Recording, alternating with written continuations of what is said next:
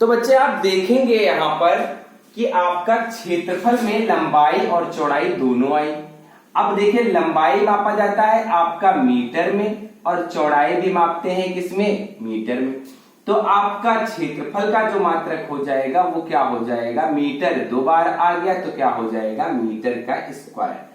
मतलब जो आपका एरिया होता है वो क्या होता है, मीटर स्क्वायर होता है।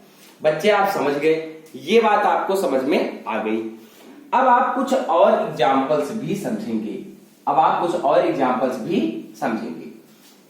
तो आप तीसरा एग्जाम्पल समझिएगा, वो क्या है आपका तीसरा एग्जाम्पल क्या है आपका, ये आपको समझना है। तो जैसे आपका लिखा हुआ है आयतन, क्या लिखा हुआ है, आयतन। तो आयतन क्या होता है आपका, लंबाई गुणे चौड़ाई गुणे ऊंचाई। तो देखिए आपके पास लंबाई भी मीटर में, चौड़ाई भी मीटर में और ऊंचाई भी किसमें मापते हैं, मीटर में। तो आपका क्या हो जाएगा, मीटर कितनी बार आया, 3 बार। इसलिए आयतन का जो मात्रक होगा वो क्या हो जाएगा, मीटर क्यूब हो जाएगा। अब आप ऐसे ही देखेंगे दाब। तो दाब क्या होता है, ये होता है आपका बल बटे क्षेत्रफल। अब आप समझे बल का मात्रक क्या होता है, बल का मात्रक होता है न्यूटन और बटे क्षेत्रफल का मात्रक क्या होता है आपका, मीटर स्क्वायर।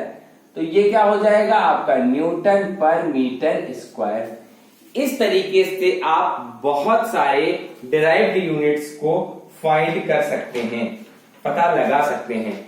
अब कुछ और बातें भी आपको इस चैप्टर में जाननी है। ये आपका बेसिक चैप्टर है जो आपने पहले से पढ़ रखा है। तो आप और जानेंगे कि लंबाई को मापने के कुछ अन्य मात्रक के बारे में आप जानेंगे। लंबाई के मापन के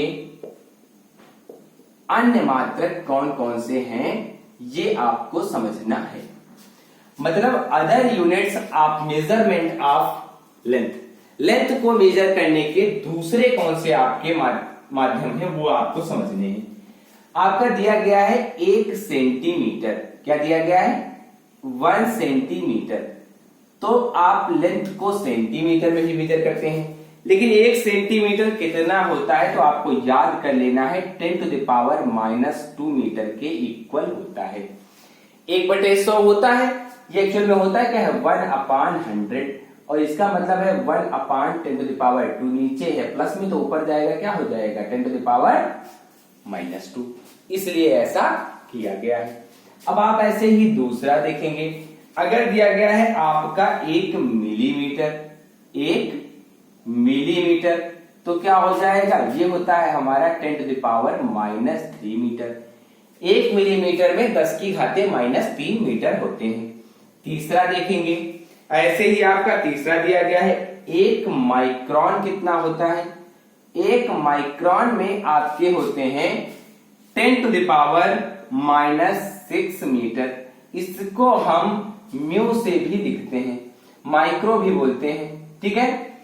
इसको हम इसे लिखते हैं, इस माइक्रोन जो होता है इसको हम म्यू से भी लिखते हैं, माइक्रो भी बोलते हैं, है ना।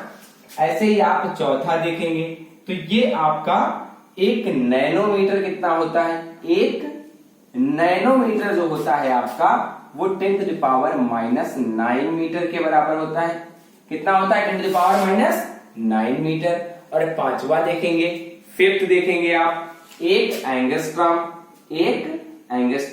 ये आपका है एंगस्ट्रॉम। 1 एंगस्ट्रॉम जो होता है 10⁻⁻10 मीटर के बराबर होता है। आप बच्चा इसको भी क्या करेंगे, नोट करेंगे। और आप अब देखेंगे बहुत सारी डिराइव्ड यूनिट्स, आपको क्या करना है, 10 व्युत्पन्न इकाइयों को आपको खुद से फाइंड करना है। 10 व्युत्पन्न इकाइयां खुद से बनानी है। आप समझ गए होंगे हम क्या कह रहे हैं। तो आप क्या करेंगे, निकाल करके हमको दिखाएंगे। 10 डिराइव्ड यूनिट्स को निकाल करके आप हमें भेजेंगे, जिससे हम जान सके कि आपने पढ़ाई की है, ठीक है। तो बच्चे बढ़ते हैं अब हम आगे, मतलब अब हम मिलते हैं आपको अगली क्लास में, मतलब कल की क्लास में। आपके लिए इतना वर्क हो गया। एक आपको हम एग्जाम्पल भी बता देते हैं। एक एग्जाम्पल भी आपको बता दें, न्यूमेरिकल आपको हम बता देते हैं। उन्होंने पूछा क्या है क्वेश्चन में, उससे पहले आप जान लेंगे। तो उन्होंने पूछा है आपसे कि क्या पूछा है आपसे, उन्होंने आपसे पूछा है इसमें कि एक एंगस्ट्रॉम में कितने माइक्रोन होते हैं। यहां से आप बताएंगे कि एक एंगस्ट्रॉम में किससे बदलना है, माइक्रोन में कितने माइक्रोन होते हैं। क्या पूछा है, एक एंगस्ट्रॉम में हाउ मैनी माइक्रोन्स, कितने माइक्रोन होते हैं। मतलब आपका एक एंगस्ट्रॉम को हम माइक्रोन में कैसे चेंज करेंगे, ऐसा उन्होंने प्रश्न किया है। यह आपका है क्वेश्चन नंबर 1। क्या पूछा है आपसे, एक एंगस्ट्रॉम में कितने माइक्रोन होते हैं। अब आप समझेंगे, एक एंगस्ट्रॉम का मतलब आपका है कि यह है आपका 10 to the power -10, और आपको इसको बदलना किसमें है, किसमें बदलना है, माइक्रोन का मतलब आपको बदलना है 10 की घाते -6 में। अब आप बताइए 6 तो पावर लगना चाहिए, तो अगर इसमें कि 10 की घाते -6 निकाल दें तो कितना बच जाएगा, 10 to the power -4। और इसी को हम क्या कहते हैं, इसको कहते हैं माइक्रोन। तो मतलब आपका आ जाएगा 10 to the power -4 माइक्रोन। देखो गुणा में है तो घाते जुड़ती हैं, 6 4 10, माइनस में है सेम आपके साइन है तो आपके क्या होंगे, ऐड हो जाएंगे। समझ में आ गया है। तो आपके ये हो गया आपका माइक्रोन और ये आपका पावर लिखा हुआ है।